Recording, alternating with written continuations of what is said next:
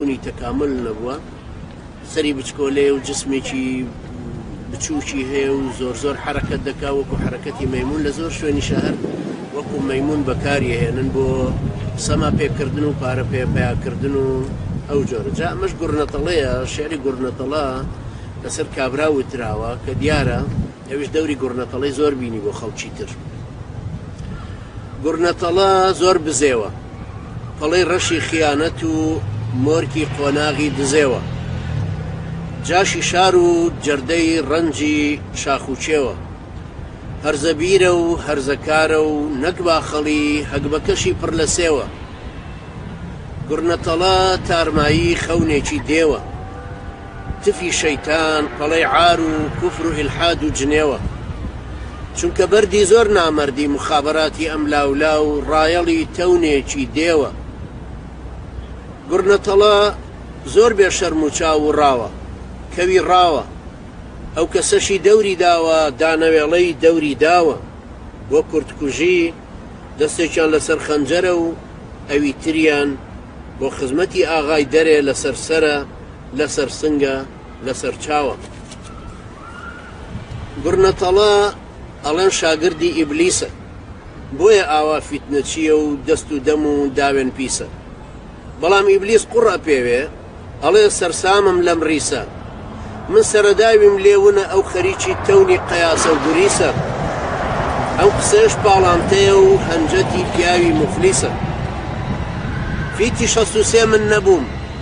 یا هەمەدان یا جاشێتی 66 و عاری زەمان پلانی ساڵی 73 یا 76 هەندەران یا 83 و 86 و شەڕەبەرانی دووبەران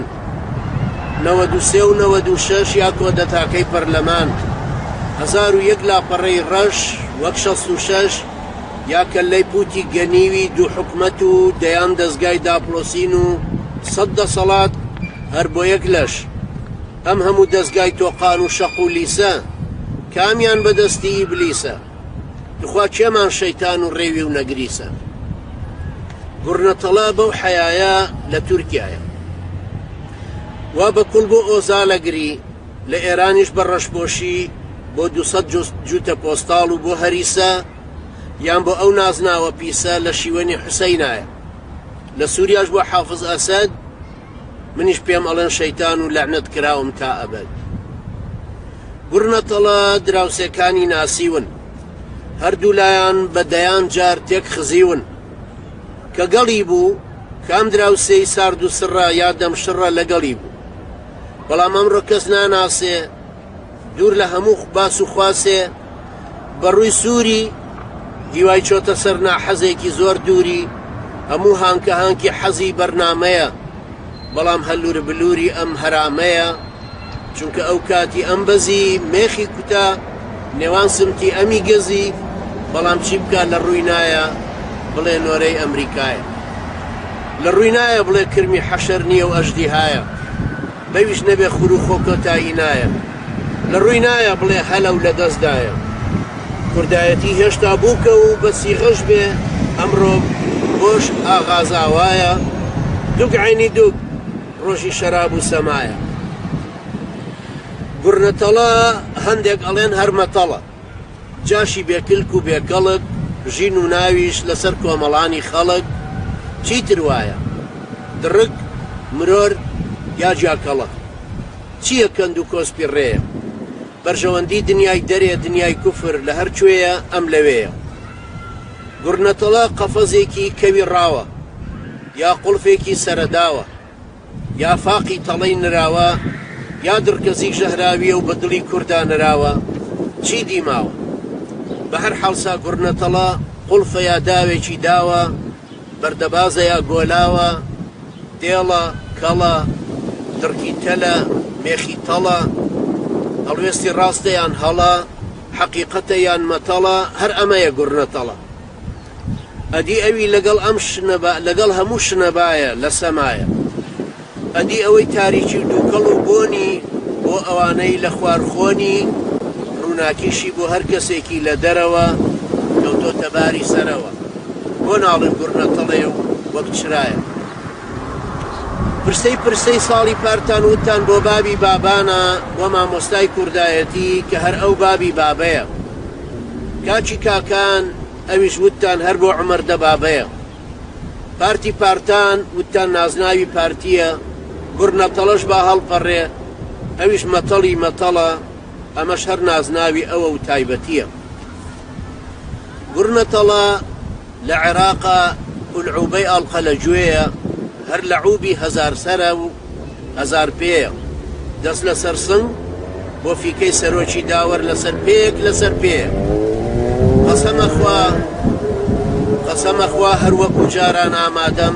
بەستە بڵێم یان بای پیادەم، قەت خەنجەرەکەی بەرزانیش لە پەراسووی سوپای سەدام حوسێن نادەم. گورنەتەڵە سیاسەتبازی سەردەمە، قەسەمە خوا وەکو مەکۆ، پاسدارتان بۆ ئەبەمە کۆ، تفی ئێوەش لە ڕابردووم هی خۆشم. گورنەتەڵە سیاسەتبازی سەردەمە، قەسەمە خوا ئەوەی لە دنیادا هەمە پلەپارێ یاناوە زۆرە کەمە، هەر هی سەرۆکی فەرماندەی زێڕەی حاکم و حەکەمە. دەڵێ قوربان بەڕاستی مەحبوبی گەلی، سوارچاکی ڕۆژ خواناسی شەو، دەمبەوێردی خۆتی وەلی، خۆتی سەعدی قادسیە و زولفقاری ئیمام عەلی. گورنەتەڵە لە هەر شوێنێکی دنیایە، هۆشێکی هەر لە بەغدایە، هەر ئەڵێ هەی حەیفت نەکرد ما الحب إلا للحبيب الأولي. گورنەتەڵە لە ئێرانە بۆ ئینقلاب و تەکبیری، تۆبە لە مارکس و بیری، لە هەستی لە هەر دێڕی مەنەفێستی، لە تەکبیری،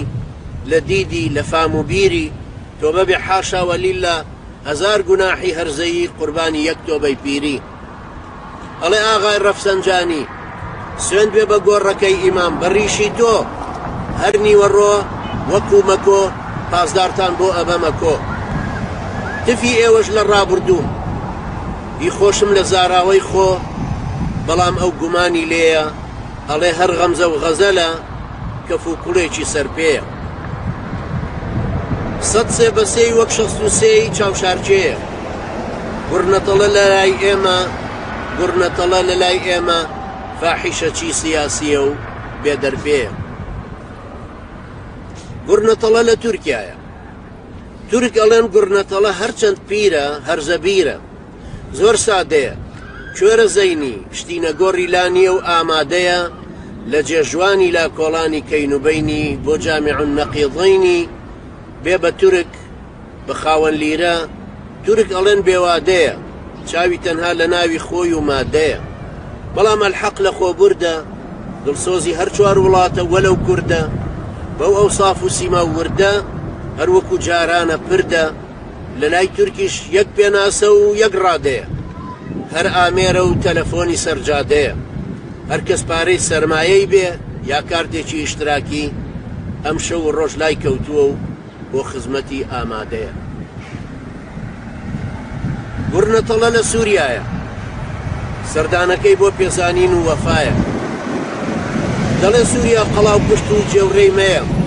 جێنەورۆز و گڕکانی ورەی پیرۆز و لانکەی شۆڕشی نوێی مەیە.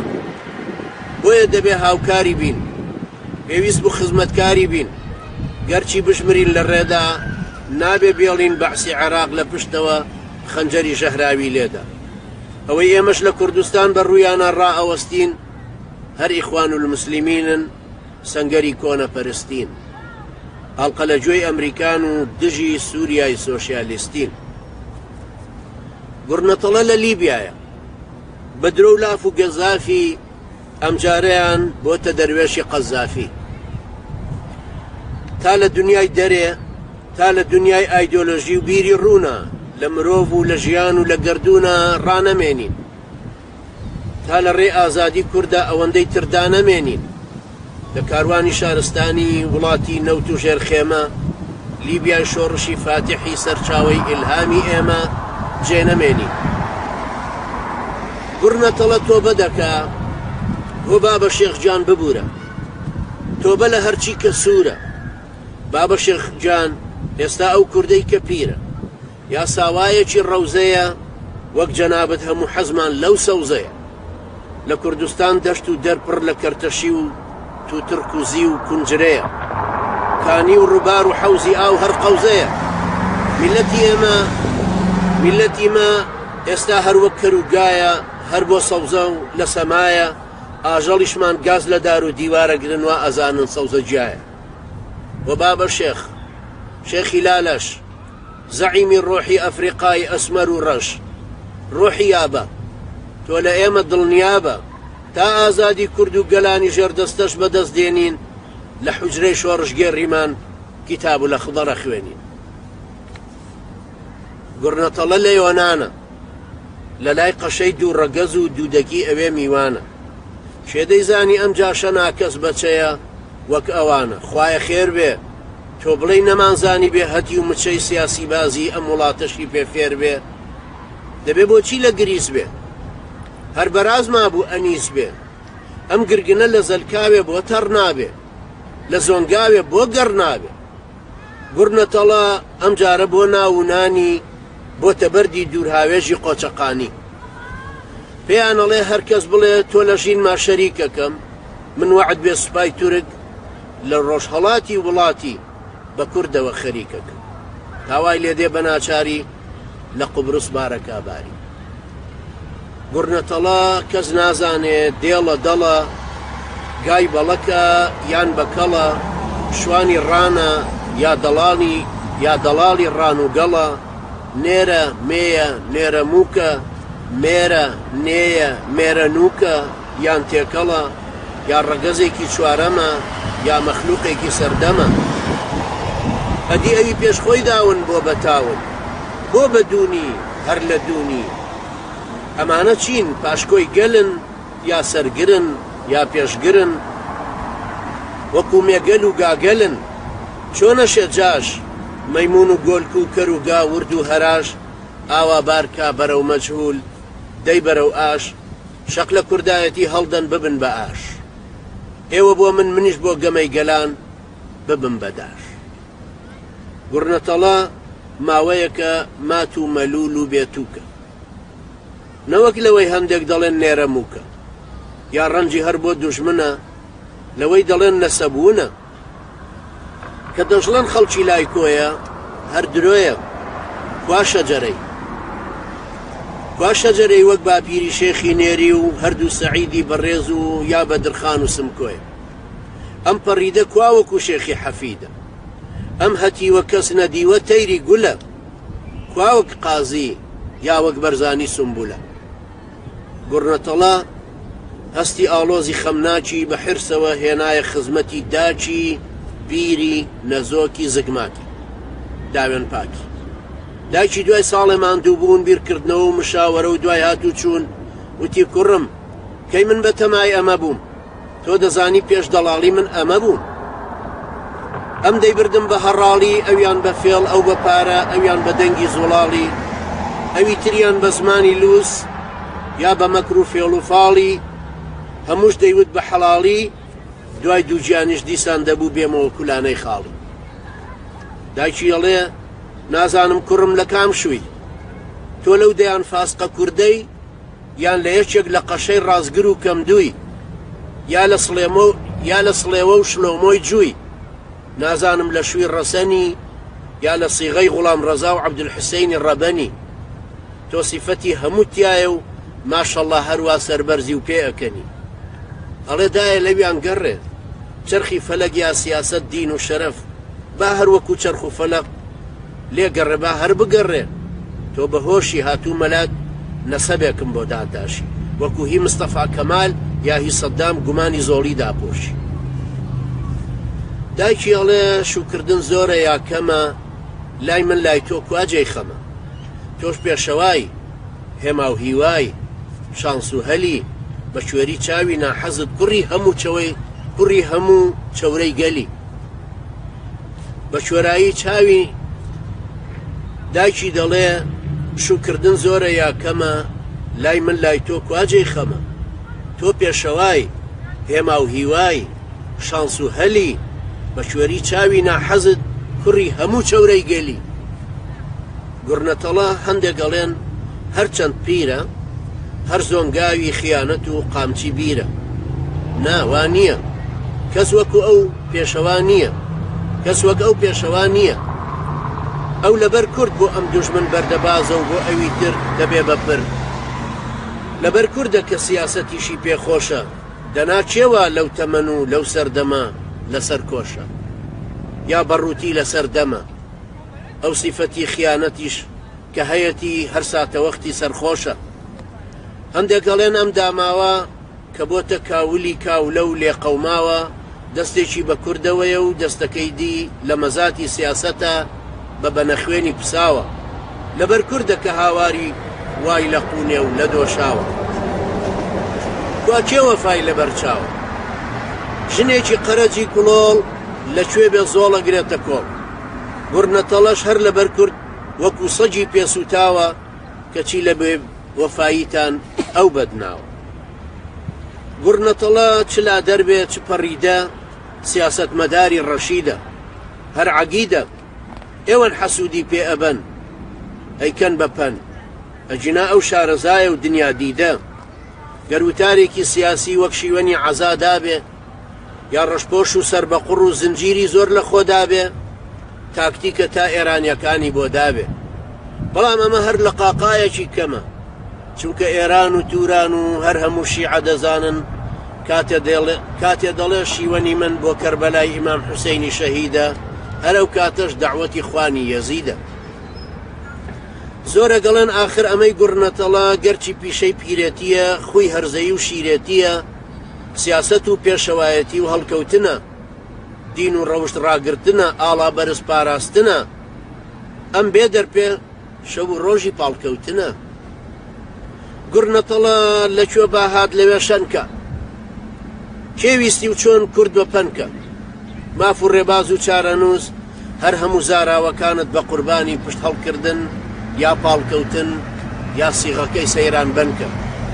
لەم کوردە بێ زاکرێش هەر کەسێ لێی لە تەقەدای خۆی بۆ دەستگا و قسەی حەواڵەی زەمەنکە. گورنەتەڵە خەڵک سواری گوێ درێژە بێ، کوردی کڵۆڵ لە شار و شاخ و دەشت و دۆڵ 40 ساڵە جاش ئەگرێتە کۆڵ. خەڵک نەسەبی پێشەوای لەبەر ئەکا، کوردی کڵۆڵ وێڵە لە دووی بەرەبابی سەرکردەی زۆڵ. گورنەتەڵە لە 40 ساڵەت سەرنج ئەدەی، سێی دوای هەردەی کوردایەتی تەلاق داوە، کوردایەتی تەلاق داوە. گورنەتەڵە لە 40 ساڵەت سەرنج ئەدەی، سێی دوای هەردەی کوردایەتی تەلاق داوە، کەچی 100 مەلای لاپرەسەن لە مفتی ناڕەسەن، سێشیش فتوایان لێداوە نەخێرمارەیی هەرماوە، چونکە شەرعە مارە بەجاش ماڵە بۆ جاش. تۆش لێزانی ئەزانی چۆن دێیەوە سەر شەپۆلی خوێن، چاکەزانی هەردای 10 ساڵ نەوەی نوێ مێن بێزاکیرەن دێنەوە شوێن. گورنەتەڵە خوا بەدگرێ کە ڕابردووت 66ە، ئێستاد لێڵ و داهاتووشت خوا عەلیمە هەروە ڕەشە. تۆ لەو عمرە توولانیەی کە هەشت بوو هەر هەشت بوو، خەڵکی بەڕەنجینی و عمری خۆی بەشت بوو، تۆش هەموو ئەوەی بەشت بوو بەهای سووک و ڕزای قورسی دەڵاڵی بوو، خیانەت و کەواسووری 40 ساڵی بوو. ئەو هیوایەش لە جێی کورتانی کەرێ بوو، لە جێی موچەکەی موشیر و نۆتەکەی ڕەشەی ساڵحە و فەرشی سوور و چەپڵە لێدانی دەرێ بوو، زۆر دەمێ بوو خولیای سەر و ژان و خوڕ و خۆی لەشت بوو. تۆ لە جوانیت بۆ سمێڵ چووی، ڕیش و ڕووددانا لەبانی، ئێستا ژوا بە پیری ولاتی خەجاڵت بی، هینیشت دانا لەباتی. گورنەتەڵە تۆتە تەری، سیاسەتباز و ئەکتەری، تۆ هەر دەبێ مەکۆی تەونێکی شەیتانی بێنی و بەری، لە دوای 100 نسکۆ و ئاش بەتاڵ، بۆ پوانی ڕەنجی 100 ساڵ هەردەبوو مای، فێرە سەمای، فێرە پەتی، فێرە فیکەی کوچە و کەلاوەی لاچەپی سیاسەتی.